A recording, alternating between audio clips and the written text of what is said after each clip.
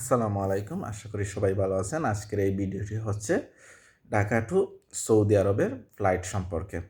বর্তমানে Dhaka two Saudi আরবের যে কোনো রুটে ফ্লাইটের টিকিট মূল্য হচ্ছে প্রায় ২,০০,০০০ টাকার কাছাকাছি। যদি বাংলাদেশ বিমানের টিকিট বুকিং করে থাকেন প্রায় ২,১০,০০০ থেকে ২০-৩০,০০০ টাকা পর্যন্ত, এবং যদি বাংলাদেশের বাইরে কোনো এয়ারলাইন্স দিয়ে বুকিং করে থাকেন তাহলে প্রায় ১,৬০,০০০ থেকে ১,৯০,০০০ টাকা পর্যন্ত নির্ধারিত করা হয়েছে।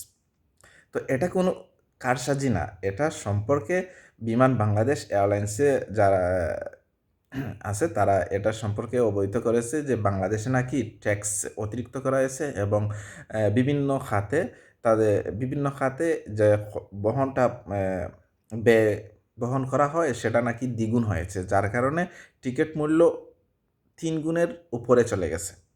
যেখানে গত ৪ থেকে ৫ মাস আগে একটি টিকিট মূল্য ছিল ৫০ থেকে ৭০,০০০ টাকার মধ্যে, আজ এখন দাঁড়িয়েছে প্রায় ২,০০,০০০ টাকার কাছাকাছি। এখন আপনি ধরেন একজন সৌদি আরবে যিনি কাজ করে থাকেন তার মাসিক বেতন ৩০ থেকে ৩৫ কিংবা ৪০,০০০ টাকা হয়ে থাকে। সরকারিভাবে বেতন ধরতে গেলে প্রায় ১২০০ রিয়াল সৌদি আরবের, যা বাংলাদেশি টাকায় ৪০,০০০ টাকার কাছাকাছি হয়ে থাকে। একজন ৪০,০০০ টাকা যদি ইনকাম করে এবং তার ২০,০০০ টাকা ফ্যামিলিকে দেয়, ২০,০০০ টাকা সে তার কাছে সেভিং করে রাখে, তাহলেও প্রায় ২,০০,০০০ টাকা হতে হলে তার ১০টি মাস পরিশ্রম করতে হবে। ১০টি মাস পরিশ্রম করে যদি একটি বিমানের টিকিট সে ক্রয় করে বাংলাদেশ থেকে সৌদি আরবে আসে কিংবা সৌদি আরব থেকে বাংলাদেশে যায়, তাহলে সে ২টি টিকিট বহন করতে তার ২ বৎসরের কাছাকাছি লাগবে, শুধু ২টি টিকিট। এখন ২টি টিকিট গ্রহণ করার পর যদি সে বাংলাদেশে যায় ২ মাসের জন্য কিংবা ৩ মাসের জন্য কিংবা ৪ মাসের জন্য, সেখানে সে যে তার খাবার খরচ আছে, ফ্যামিলির একটা ভরণ-পোষণ আছে, সব কিছু মিলিয়ে তার আরও ২,০০,০০০ থেকে ৩,০০,০০০ টাকার প্রয়োজন।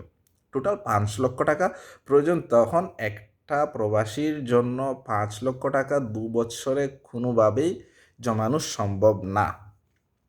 তো আমরা যতদূর দেখতে পারছি যে ডক্টর ইউনূস বাংলাদেশের অন্তর্বর্তীকালীন সরকার হওয়ার পর থেকে তিনি বাংলাদেশের জনসাধারণের উপর তিনি ট্যাক্স অতিরিক্ত মাত্রায় বসিয়ে দিয়েছেন।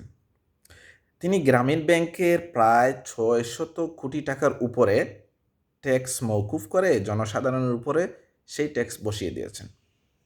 তাহলে কি আমরা ধরে নেব যে গ্রামীণ ব্যাংক আছে, সেই গ্রামীণ ব্যাংকে যারা টাকা মানুষকে ঋণ দিচ্ছে, স্বল্প ঋণ বলা হয়, স্বল্প ঋণ, ক্ষুদ্র ঋণ, স্বল্প ঋণ যেটাই বলা হচ্ছে, সেটা থেকে কি কোনো ধরনের লাভ তারা করতেছে না? কোনো ধরনের সুদ নিতেছে না?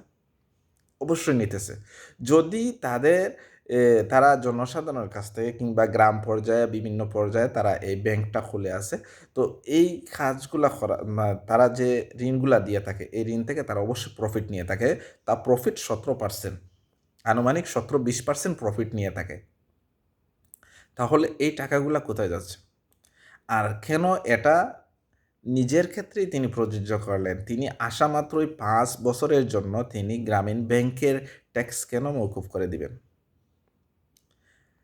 তো ট্যাক্স মওকুফ করেছেন ভালো কথা, সেটা কেন জনসাধারণের উপর বসিয়ে দেওয়া হবে?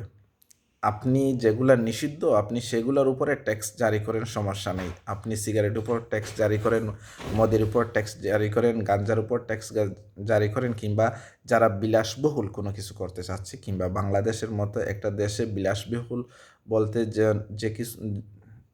যে কোনো কিছু বোঝায়, ওগুলার উপরে ট্যাক্স যদি বৃদ্ধি করা হয় তাহলে এই এটা জনসাধারণের উপর পড়বে না, এটা পড়বে যারা বিজনেসম্যান আছে বাংলাদেশের ক্ষেত্রে বড় বড় পর্যায়ে, তাদের ক্ষেত্রে পড়বে। এখন কথা হচ্ছে আরও একটা, যে বাংলাদেশের